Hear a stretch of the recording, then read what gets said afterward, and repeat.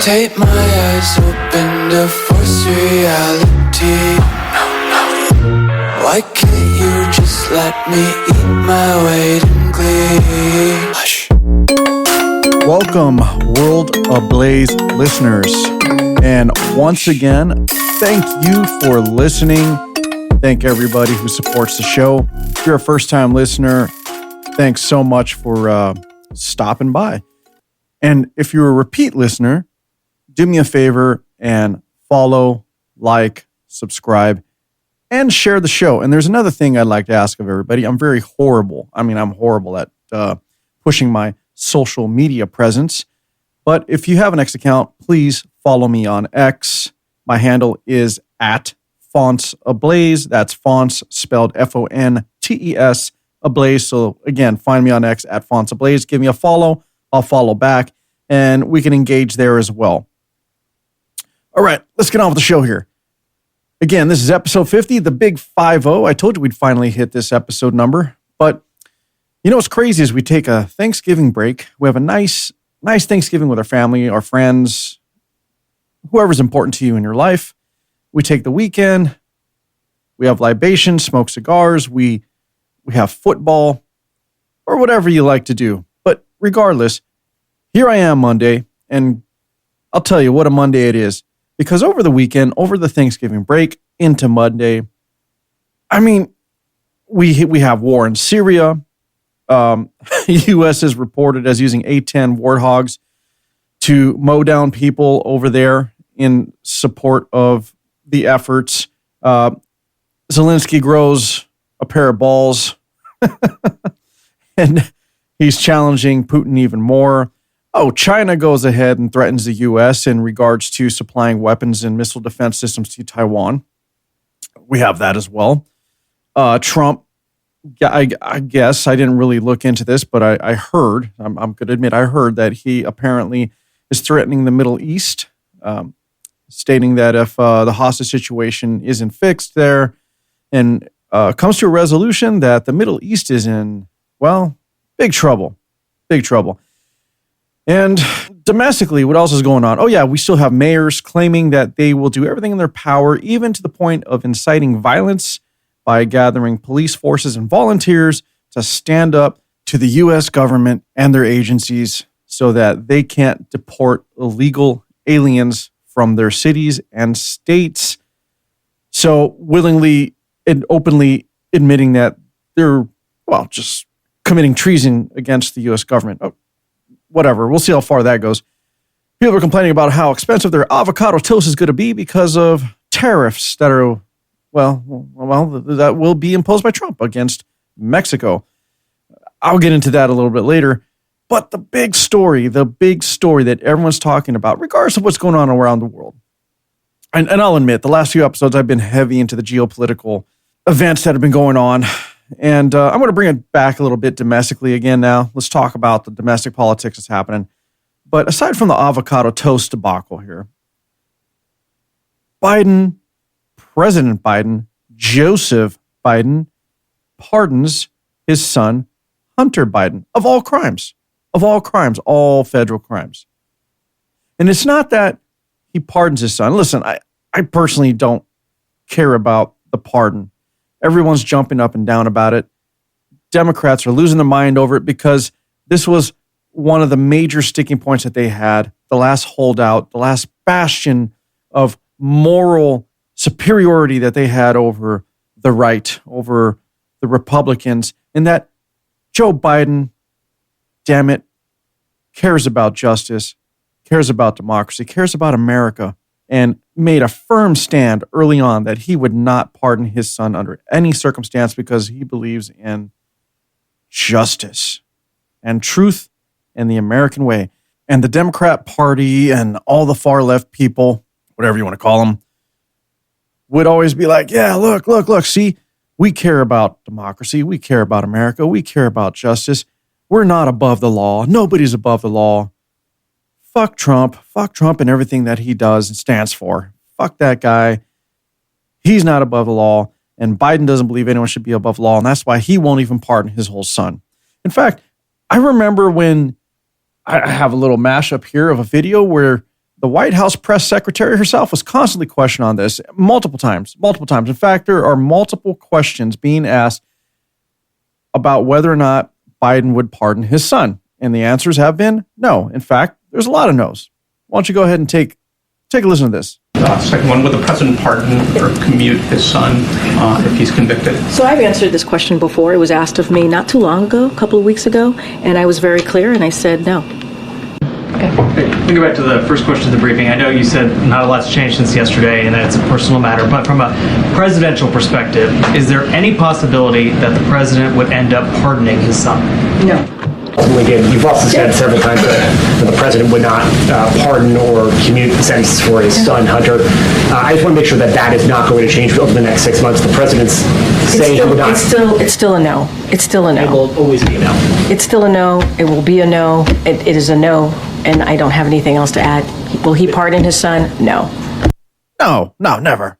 We're not going to do that because I believe in truth, justice, and the American way. So says Joe Biden and the White House. Well, then what the fuck happened? Why did he change his mind? Well, Biden's on his way out. Trump is the president-elect come January 20th. Trump will be the actual president of the United States. And in light of everything that's been happening, especially surrounding all of his cabinet picks and his appointees, and one in particular, Kash Patel, who is his pick for director of the FBI. Well, I believe that because of all of this, that Joe Biden decided, you know what, I better fucking take care of this before my son is thrown away in jail. And I think that's what really happened. And a lot of people are saying, well, what father wouldn't pardon their son? And that's a fair argument and a fair point in and of itself. Of course, nobody wants to see their son go to jail, imprisoned, or I believe it was charges that would put him away for 20 years or more. But I think everyone's missing the point about the pardon of itself. Because the pardon itself, listen, it dates back all the way to 2014. Joe Biden went ahead and wrote this pardon to dismiss anything that Hunter Biden was involved in, charged with, potentially charged for, all the way back to 2014, up to December 1st, 2024. Now, I want you all to remember those dates because that's important here. Listen, did we care? Does America really care that Hunter Biden, I mean, do we care about his involvement with guns, hookers, and blow? Do we really? I mean, doing drugs, understood. You know, it's still a federal crime. I get it. Many of the drugs that he was doing was definitely illegal. But we also have to look at the fact that he wasn't selling them. They've never walked in and seen any evidence of where he was intending to distribute and make money on drugs. He wasn't selling them. He was using them. Yes, they were still illegal.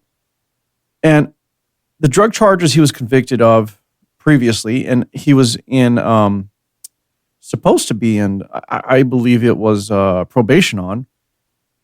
I believe. I could be wrong there. But I do know that the gun charges is what they really were trying to push, because as a drug user and a previous convicted person in relation to drug use, you're not allowed to purchase and own a gun.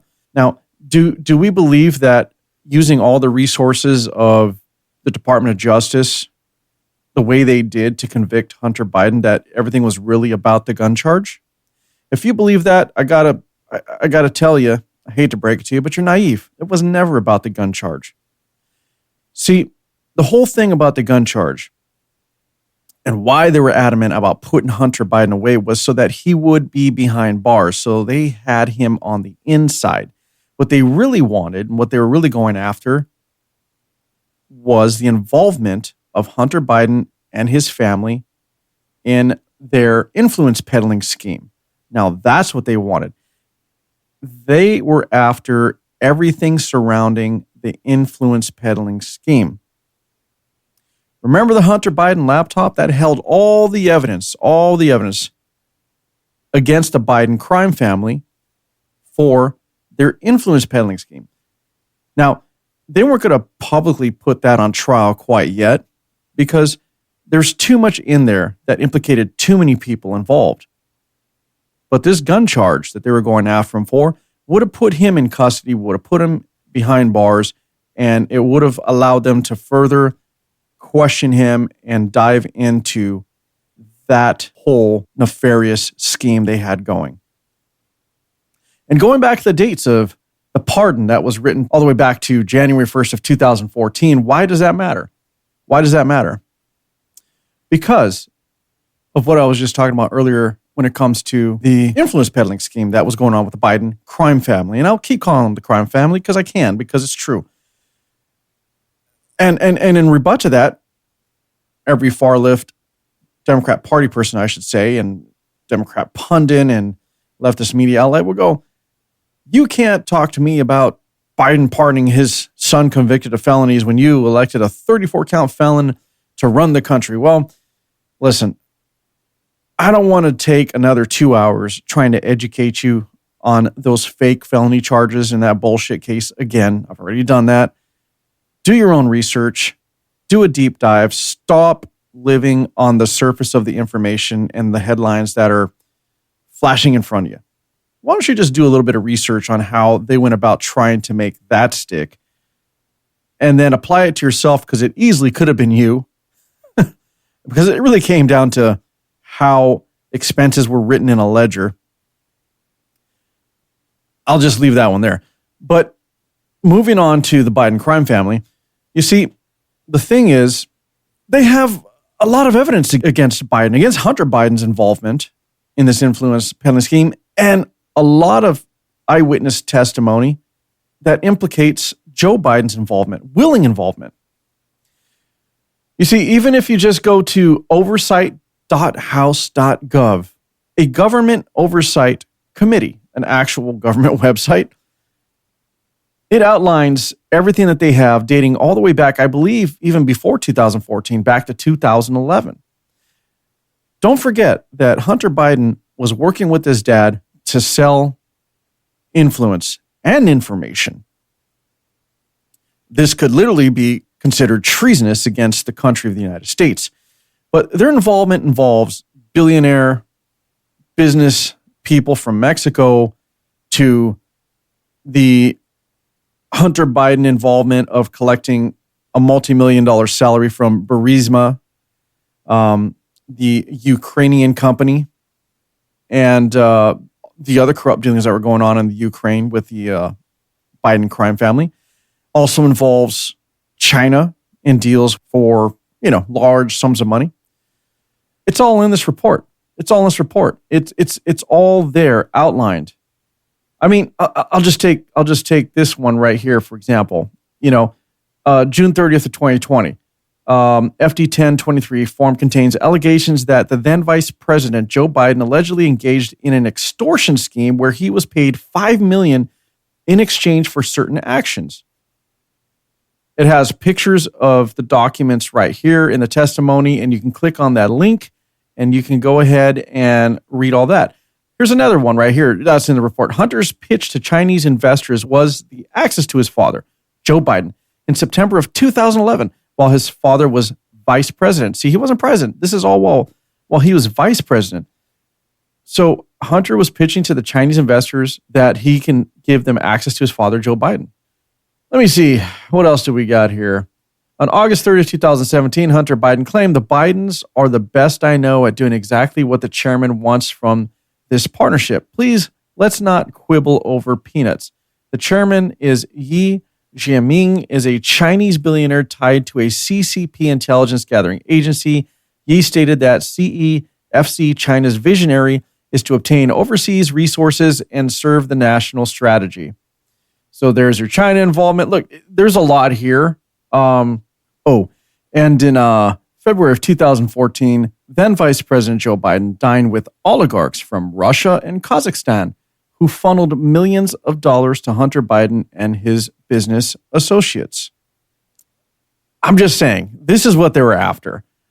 And this is just, what I read was just little pieces, like just giving you a little taste here. You got to really go into this. You can go to oversight.house.gov. Apologies for that. Man, I was getting a little tongue-tied there. And you can see everything. And what I'm going to do is I'm just going to put this link in the show notes so that you yourself can click on it and you can go through this yourself. So there's that. And what else is there? Oh, what about this? I'll leave this link as well. How about the judiciaryhouse.gov? How about that? See, they uncovered information that there were CIA contractors that colluded with Joe Biden to discredit Hunter Biden's laptop story. That's right. CIA contractors worked with Biden to suppress the Biden laptop story and to discredit it. So, again, why is this pardon a big deal? Because it's a sweeping pardon that goes all the way back to 2014, the time periods in which they have evidence against Hunter Biden, his father, Joe Biden, and the rest of their family for being involved in peddling influence with the Chinese, with Mexican billionaires, with Ukrainian diplomats and businesses. I mean, there's a plethora of evidence against them. This is what matters. Now, a lot of people are saying with this pardon that Hunter Biden loses his Fifth Amendment rights. Now, I looked into that a little bit. I wasn't really sure about it. But from what I can tell, and I'm going to read this excerpt from News Nation, and this isn't the only place I found this. I just happened to bring this article up just because it was outlined pretty well and easy for me to get right to the point. But the question was asked, does Hunter Biden still have Fifth Amendment rights? In this article, they explain Hunter Biden still has his Fifth Amendment rights against self-incrimination when it comes to any state charges or potential future charges that don't fall under the purview of Joe Biden's pardon trial, attorney John Fishwick told News Nation. However, since he is essentially immune from any charges during a 10-year period, he no longer needs to assert his Fifth Amendment rights, and that opens the door for him to be called upon in investigations of others, including his father. So he doesn't lose his rights. They just no longer apply, Fishwick said, calling the situation uncharted territory. The Fifth Amendment protects individuals from self-incrimination, which is the act of providing information that could be used against them in a criminal case. So, that being said, he doesn't have to testify against himself, obviously give information that would incriminate him, but he's already been pardoned, so that doesn't matter. So he could still now be called to testify against his father and his family, as well as his other business associates that were involved in this influence peddling scheme. So I'm trying to understand the strategy here in Joe Biden pardoning his son. I get that he was scared. Look, Trump's now in office. He's made it very clear in the past that he would go after his political opponents in retribution for what they did to him. And they're scared to hell that Kash Patel is his pick for FBI director, because Kash Patel does not fuck around. He's going to just go after it. And he doesn't care. So maybe Biden got scared, but did he think this through? Did he think about the fact that now Hunter Biden can't just pull the Fifth Amendment and not testify, even though he is involved in this influence peddling scheme? No, he can't. It doesn't matter, because regardless of what he says, he's not going to go to jail. Anyway, he's immune. He's pardoned. But everyone else involved is not immune.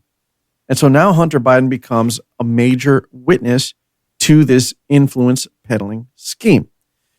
So while everybody's crying and screaming on social media about this pardon, and the left is saying, fuck you, MAGA motherfuckers, for, how dare you try to tell us about moral high ground when you have a 34-count felon as a president. You know what? That's not what this is all about. And if that's what you're stuck on, I'm sorry, but you're just low information idiots. I just got to say it. You are.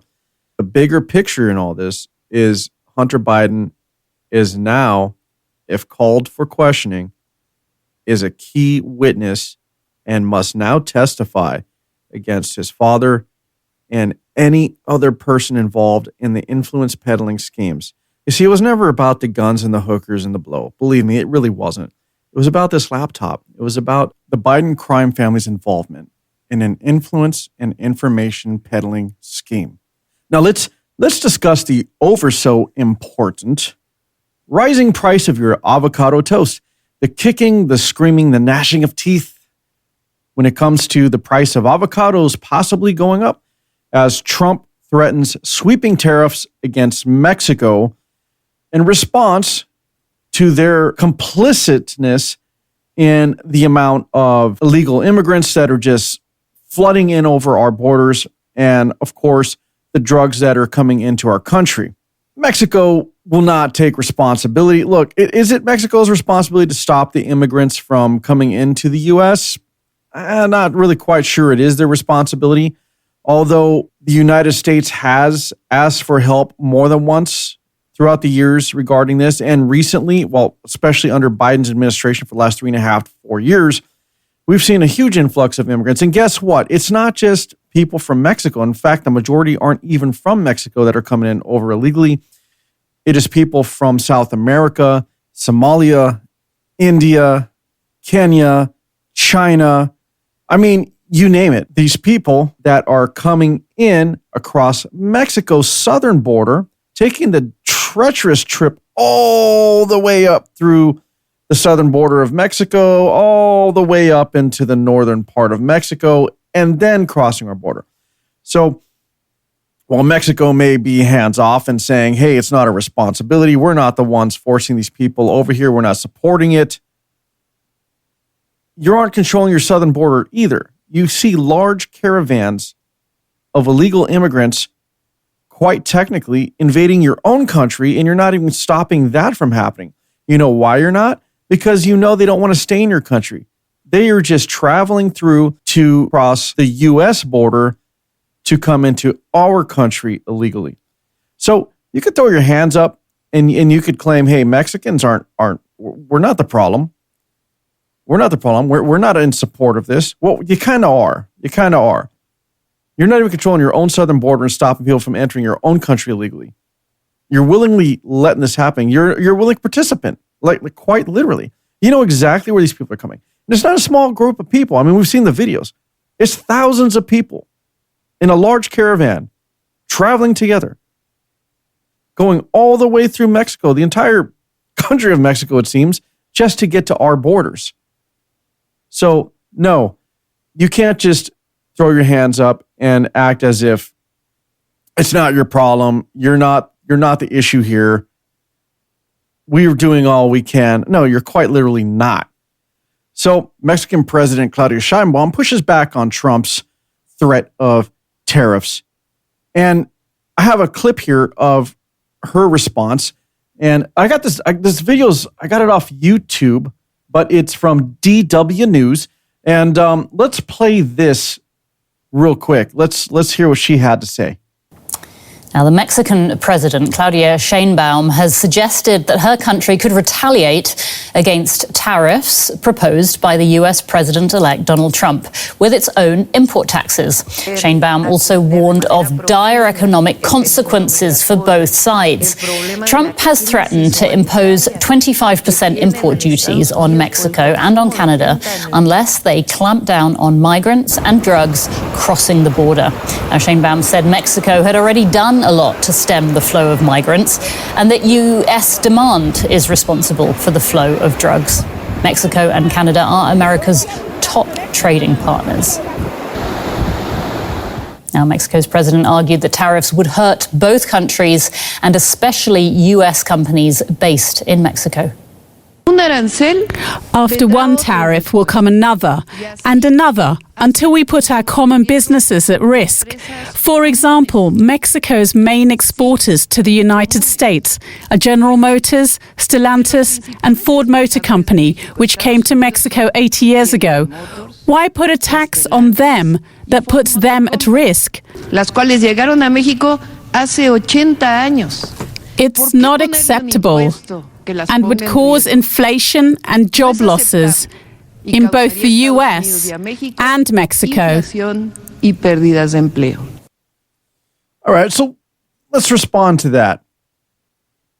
Firstly, I'm going to go over the exports from the US and Mexico exports and imports to each other, basically back and forth. But she brings up that two of the most major players that could be hurt are two U.S. automakers. U.S. companies, by the way. You see, what happened is, given all the sanctions against China and the fact they kept stealing technologies and using it for their own purposes, U.S. automakers looked to Mexico as a viable option to build their own manufacturing plants. Now, she wants to talk about how it's going to hurt jobs.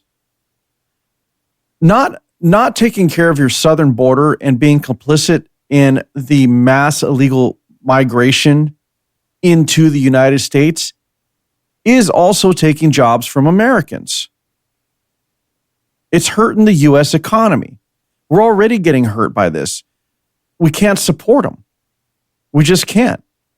And Mexico's stance is it's going to hurt jobs. It's going to hurt people on both sides. It's already hurting people on both sides. In fact, aside from jobs, it's costing U.S. taxpayers over $150 billion. And that is the figure just from 2023, which has effectively cut in half the amount that the U.S. makes on exports to Mexico. So the fact that you're worried about U.S. automaker plants being tariffed to death, or U.S. automakers, well, they may just pull out and build factories back in America. And yes, it will be expensive, but I think this is the point that everybody misses in Trump's tariff policies. He knows it's going to raise prices. He's not an idiot. Of course it's going to raise prices. But he's playing a long game here. And he knows that people are going to seek alternatives. When you start to see imports from other countries that may even be viewed as having a lesser quality product, and I said maybe, not all, but maybe viewed, then Americans are going to make decisions. They're going to ask themselves, why am I spending the same amount for an import when I can just buy a U.S.-made product? And if people start buying U.S.-made products again, that will then trigger U.S. manufacturing again.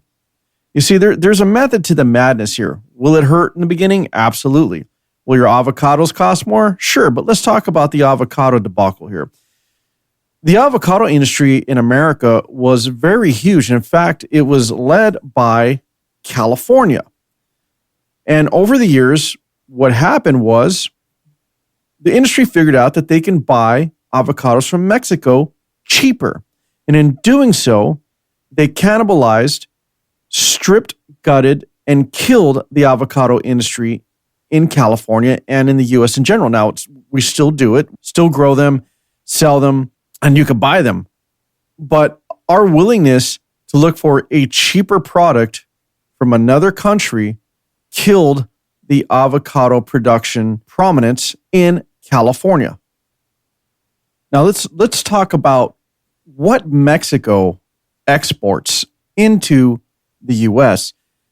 Now, in total, and this was 2022 numbers, we're still waiting for current numbers to come out. It's usually every 2 years or so they do these reports, but Mexico exports to the United States are in the sum of about $453 billion, okay? And their top exports are literally vehicles, machinery, believe it or not, nuclear reactors and boilers. I didn't realize we were even getting that from them. There's electrical, electronic equipment, optical, photo, technical, medical apparatuses, furniture, lighting, signs. I mean, there's a bunch of stuff here, but the biggest thing is literally vehicles.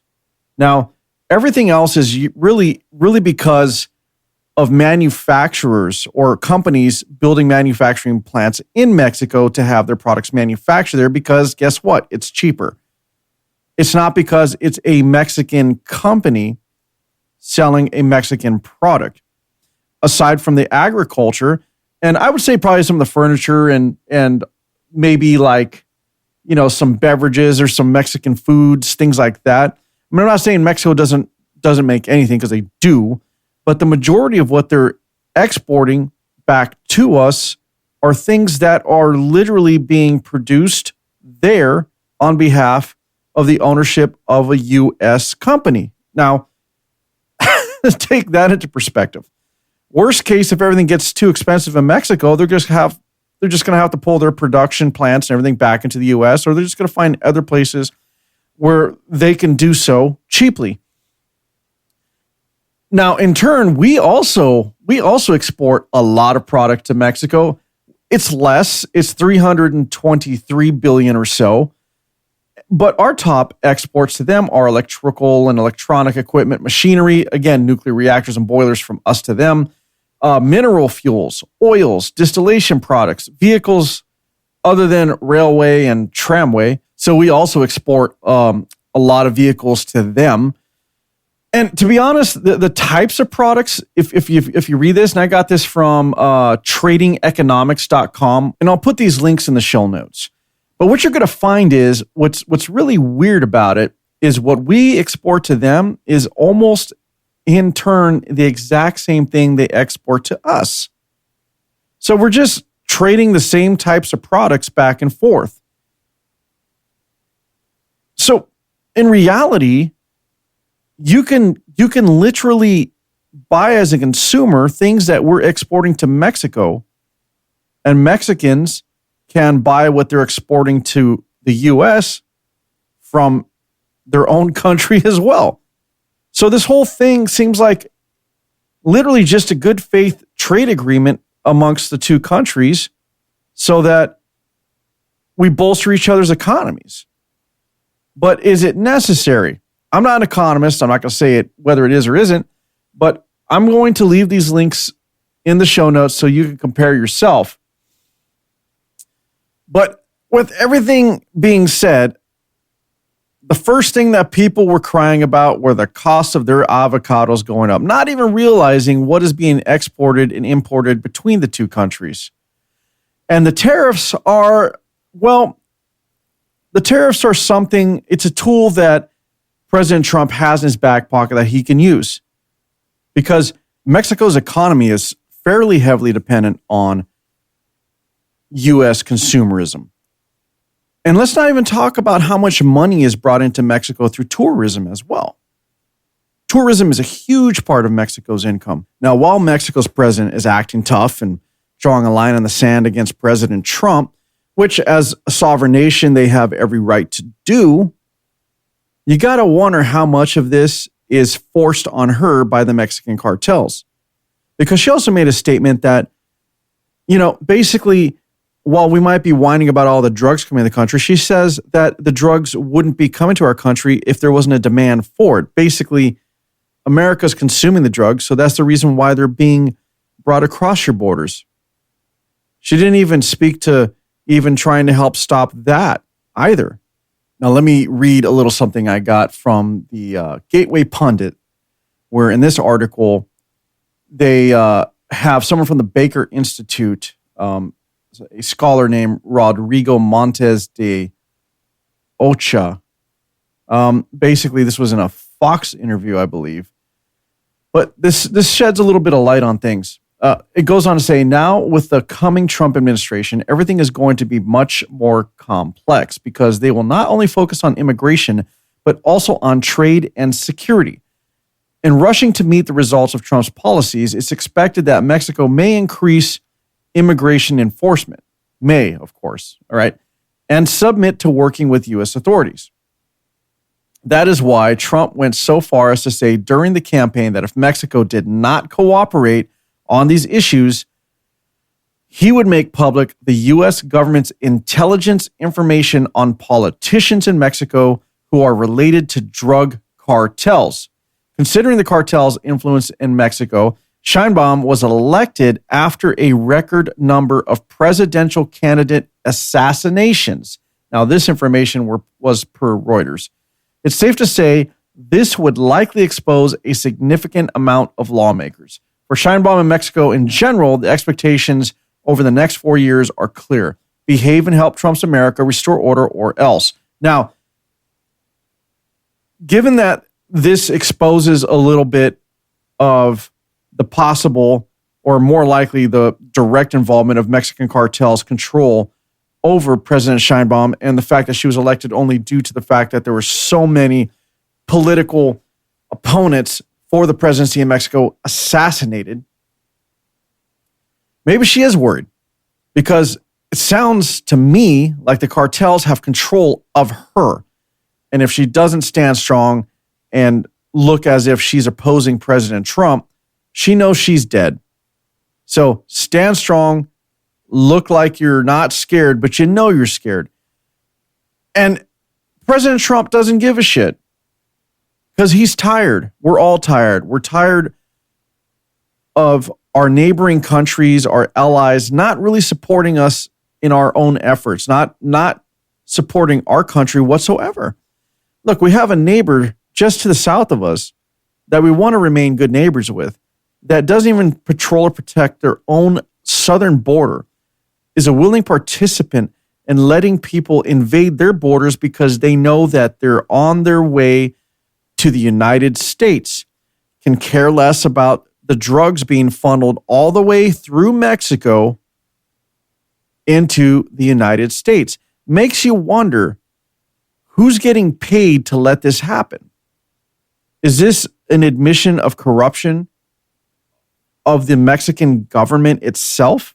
It just very well may be. So while you're crying about your avocados going up in price, you're ignoring the real reason why Trump would even impose this 25% tariff on Mexico. It's because the safety of our country is consistently being compromised, and Mexico has been complicit in everything that has been going on. And aside from tariffs, if Mexico doesn't clean up their act and actually help their ally, being us, the United States of America, President Trump has already threatened to use U.S. military against the drug cartels. Trump is done. America is done. We've asked for your help. We've been waiting and waiting for you to get your country together and take it back from the drug cartels. And at this point, everyone knows the cartels are running everything in Mexico, just about everything. Probably 90%, 99, maybe 95% of everything going on in Mexico is ran by the drug cartels. And so Trump is done. He's like, look, I'm giving you a chance here to step up and be a real government of the people for the Mexican people. And if not, we're going to have to take care of business, because your failure to stand up to the cartels and take control of the situations is directly affecting the United States of America in a very negative and harmful way. Now, in discussing Mexico, we did touch on the illegal immigration issue we have and how Mexico has been complicit in this whole thing and putting their hands up and not taking responsibility, even though they're allowing people to invade their southern border and literally just take the trek all the way through Mexico up into our border. We have another issue. We got a bunch of blue city mayors who think that they're on the right side of history by publicly announcing that they're willing to commit treason against the U.S. government for enforcing the law of illegal immigration. It's been said by mayors in the city of L.A., Chicago, Philadelphia, Boston, and the biggest idiot of them all, who's been extremely vocal, is the mayor of Denver. Now, this gem of a person here who completely opposes the United States of America, sounds like he wants to secede and just run his own little country there in Colorado. Denver Mayor Mike Johnston. This guy's an idiot. I'm sorry, I can't be nice. This guy's a fucking idiot. I'm just going to say it. Mike Johnston says he will deploy cops, 50,000 volunteer citizens in a Tiananmen Square moment to stop President Trump's mass deportation plans. So this guy, the most vocal of all these, as my brother would say, blue donkey mayors, and I don't know if they're virtue signaling, if they're trying to win brownie points from their supporters, but saying that you're willing to commit treason against the United States for enforcing laws that are literally there to protect the citizens of the United States is not the way to go about it. You're a fucking dumbass. You should be removed from your elected office immediately. No second chances. You're willing to try to rally volunteers like actual U.S. citizens. You're trying to rally the people of the United States up against the United States government for protecting the citizens of the United States. Like, what fucking logic is that, Mike Johnston? Like, what is your fucking problem? There's no win in this fight, Mike. There's no win, and you're not doing anybody any favors. I love the new pick as our border czar, the border czar that Trump put into place. I'm going to play his reaction to Mike Johnston out there in Denver. Tom, you heard this mayor out there in Colorado. I want to get your reaction to it, and I want you to be clear about who has jurisdiction, the federal government or state and local governments. And if you're a sanctuary state or city, are you breaking the law?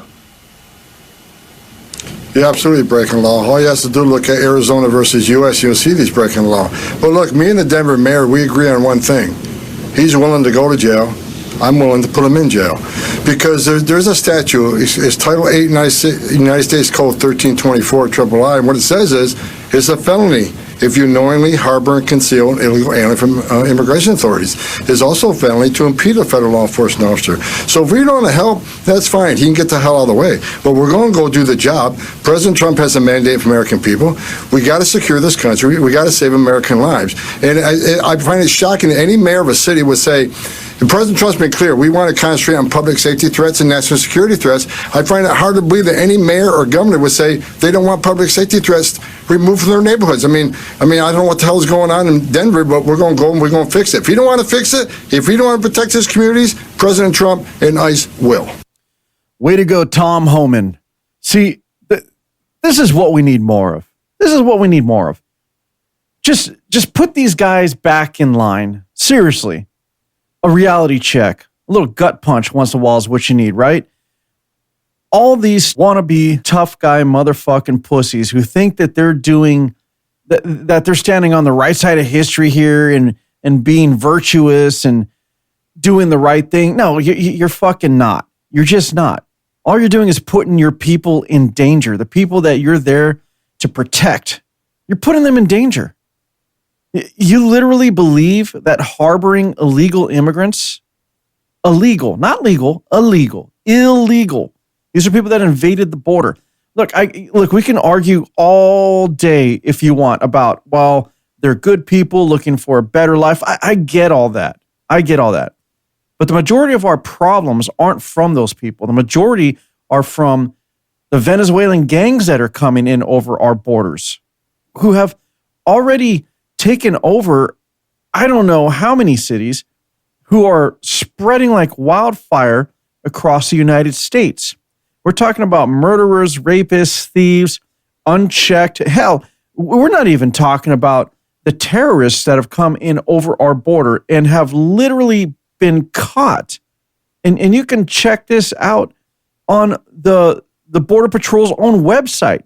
The data information is right there. It's not being hidden from you. You just choose not to believe it, but it's happening. So how can you stand in defiance of the U.S. government and federal agents literally enforcing a law that is there to protect the citizens of the United States? Even the Ninth Circuit Court of Appeals had to get involved to remind everybody about the law. A panel of 3 judges on the Ninth Circuit Court of Appeals unanimously ruled that the federal government has the authority to deport illegal aliens over the objections of any and all local authorities. These idiots that are defying the United States government from protecting their own citizens need to be removed. As I said, they need to be removed. They need to be removed from office. Never able to run for any office again. Never able to work for any government agency again.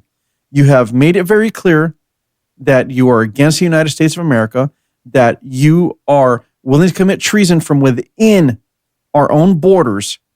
I'm sorry. Actually, I'm not sorry. You need to be removed. Period.